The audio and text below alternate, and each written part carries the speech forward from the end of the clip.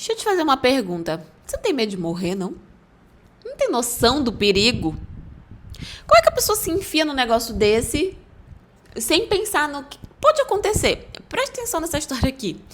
Bom, vamos lá. Eu sou do interior do Nordeste e eu ganhei uma bolsa para cursar uma faculdade particular em São Paulo. Então, nas férias, se a minha família não viesse me ver, eu pegava o avião e ia até eles. Entre 2014 e 2015, tinha uma companhia aérea que era mais barata. Então, por umas 3 vezes seguidas, eu ia para minha terra natal e voltava nessa empresa. Eu já usava o Tinder e dei match com o piloto daquela companhia. Eu saí do interior com 18 anos, mas parecia ter menos. Menina besta da roça, começamos então um bate-papo frequente e a princípio sem segundas intenções de ambos. Ele fazia a rota São Paulo-Chile ou Rio-Chile. Ele morava no Rio de Janeiro com a mãe e tinha mais ou menos uns 40 anos. Ele era magro, 1,70 m mais ou menos, bonito, muito inteligente, sempre educado e me ensinando as coisas. Ele fazia chamadas de vídeo comigo para mostrar os hotéis quando desembarcava. Conversava sobre o local, a cidade, a cultura e etc. Perguntava sobre a minha faculdade, sobre a minha vida no meu estado natal. Nada sexual. Depois de uns meses ele se declarou para mim. Lembrando que eu tinha agora 19 anos e ele 41. Toda aquela ladainha masculina, até que chegamos nos assuntos íntimos. Em uma conversa sobre filmes, ele me falou sobre o filme Lolita. Eu fui assistir. Basicamente o padrasto tendo relações com a enteada menor de idade, algo assim. Achei estranho, mas prossegui para ver até onde ele ia. Eu já tinha parado aí mesmo, mas, né? Começou os papos sobre BDSM, fetiches, etc. Não sei nem o que é isso, gente. Depois de um tempo, ele falou que gostava de bandagem, mumificação. Eu não sabia que porra era isso, eu fui pesquisar. Continuo também sem saber o que é. Mas enfim. Dali pra frente foi só pra trás. Ele me mandava vídeos das cenas com mulheres com roupa de látex. Dos pés à cabeça. Com o tempo, foi revelando o fetiche era por asfixia. Roupas e acessórios que dificultassem a respiração. Ou privassem de vez. E aí que eu vi que eu era louco mesmo. Que ele era louco mesmo. E você continuou conversando com o cara. Depois dele te falar que ele tinha fetiche por asfixia, você continuou dando papo pro cara. Enfim. E eu fingindo que estava adorando. O papo só servia para eu ter uma resenha para contar para as minhas amigas.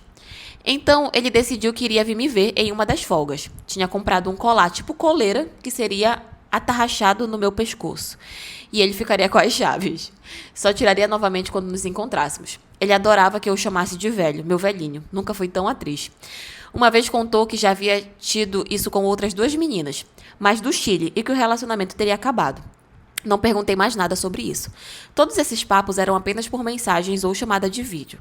Ele gostava de ficar vendo o meu rosto jovem. Sempre mandava os voos que ele estava e me colocava para rastrear. Assim que chegava no destino, falava comigo. Poucos dias antes do que seria o nosso encontro, ele gostava de vinho e estava um pouco alto.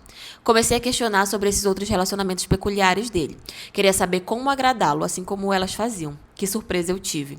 Acho que por ele estar meio bêbado, ele soltou que em uma dessas garotas, numa sessão deles, quem é desse mundo sabe, acabou falecendo por ter ficado sem ar. Ele soltou assim muito rápido e eu em choque, tendo a confirmação do tipo de pessoa que ele era e a confissão de um crime. Mas ele dizia que comigo iria ser diferente.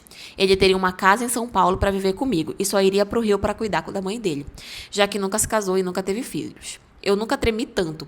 Eu seria a próxima vítima na lógica dele. Mesmo que eu nunca fosse de fato encontrar esse homem. O fato de ver ele tentando me levar para esse tipo de coisa me assustava. E quantos mais não caíram nessa lábia dele? Na proposta de mudar de vida ao lado de um piloto que ganhava muito bem, sem contar a história da Lolita, tenho pavor disso até hoje. Depois dessa confissão, ainda mantive papo com ele por uns 2 dias para tentar me livrar desse homem sem que fizesse ele ter raiva de mim, para não me perseguir ou algo do tipo. Inventei que minha mãe estava doente e ficaria um semestre lá na minha cidade para cuidar dela. Falei que gostava dele, mas que precisaria ir. Quando voltasse, eu procurava. Ele aceitou e fim de papo. Corta para 1 ano depois, eu indo para minha terra natal. E quão surpresa eu fiquei quando eu encontrei com ele na primeira fileira do avião que eu estava. Meu coração quase saiu pela boca. Em pânico, eu peguei um braço de um desconhecido que entrou junto comigo. Quase apanhei da mulher dele no corredor da aeronave, mas quando sentamos, eu expliquei para ela o que tinha acontecido. Eu fui durante o voo todo em pânico, corpo gelado e calafrios. Como aquele homem que não gostava de calor iria para um voo com escala em Recife?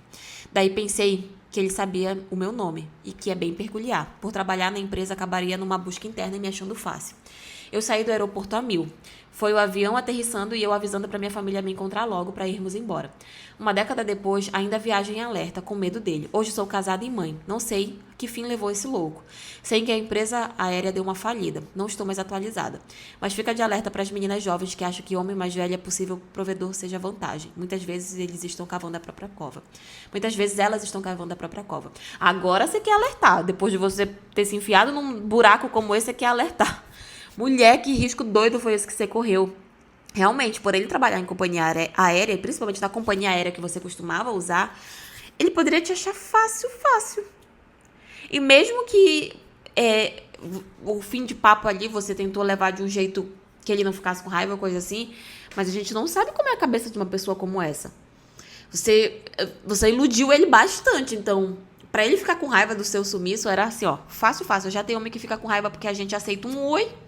Imagine você que ficou dando papo pra esse doido. Você correu um risco muito grande, pelo amor de Deus, não façam isso. Não ficam conversando com pessoas na internet falando assim, eu nunca vou encontrar ele, é só por diversão. Você pode não encontrar ele, mas ele pode te encontrar. Pelo amor de Deus, olha o perigo.